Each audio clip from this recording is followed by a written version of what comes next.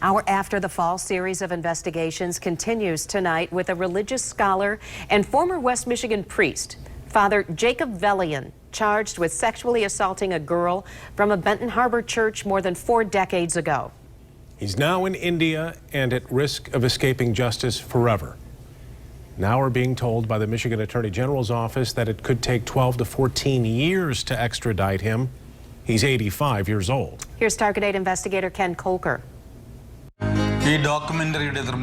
Father Vellian left the U.S. a decade ago to return to his native India, where he is revered as a religious scholar and author. The priest is also known for his voice and his knowledge of Syriac, a Middle Eastern language that dates back to before Christ. In Michigan, he's an accused pedophile priest, charged with raping a teenage girl in the rectory of her family's church, St. John the Evangelist, in 1973 and 1974. He stole my innocence.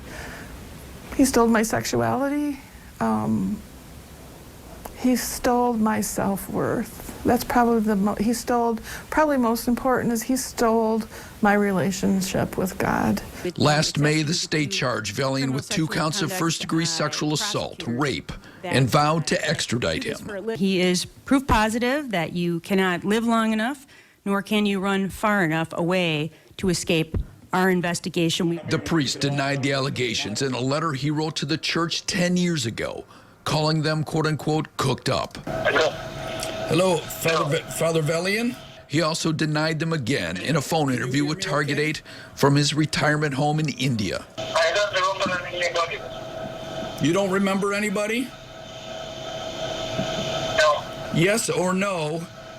Have you assaulted any children as a priest? No. Are you aware that you have been charged criminally? There are criminal charges against you in the United States? No. In older cases involving other priests, the passage of time has barred the Attorney General from filing charges.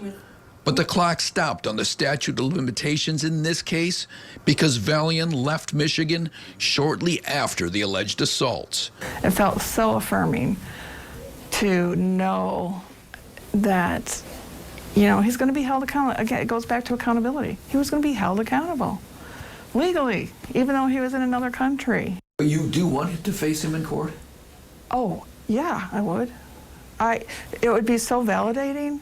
It would be difficult. It would not be easy, but it would be so validating to be able to face him and let him see me. But now, 9 months after he was charged, she wonders if that will ever happen. Quite honestly, I would be shocked if they ever get him here before he dies because of his age. The Attorney General's office said it was told by the U.S. State Department that it could take 12 to 14 years to extradite Vellian.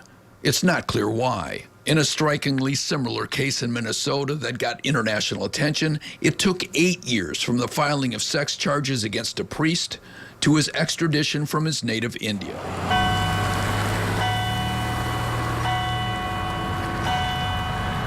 Ann Phillips Browning says she was 15 in 1973 when Vellian started grooming her with gifts. A cross necklace, a wooden rosary, holy cards, prayer books. And would tell me that I was beautiful and I was smart and I was wonderful and just filled my ego. I was an insecure little kid. Soon he started touching her in places he shouldn't, she says. Then it went further, always in his office at the church rectory where she volunteered as a receptionist.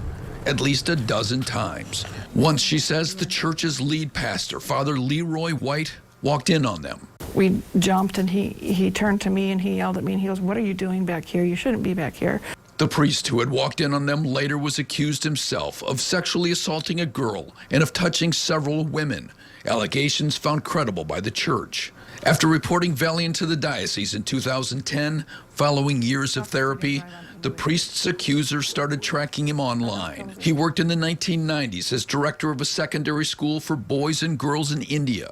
In San Jose, California, Vellian started running a Catholic mission church in 2009. In May 2010, weeks after his accuser filed her report, Vellian returned to India and retired. But she says her research revealed that he continued to work as a priest even after the Kalamazoo bishop warned the archbishop in India. Reports show he's living in poor health in a retirement home in a village in southern India. What are you afraid he's doing? Oh, that he's continuing to molest and assault any vulnerable woman or probably girl. That's Ken Kolker reporting. Target 8 reached out to the U.S. Department of Justice, which handles extradition cases, but a spokeswoman refused to comment.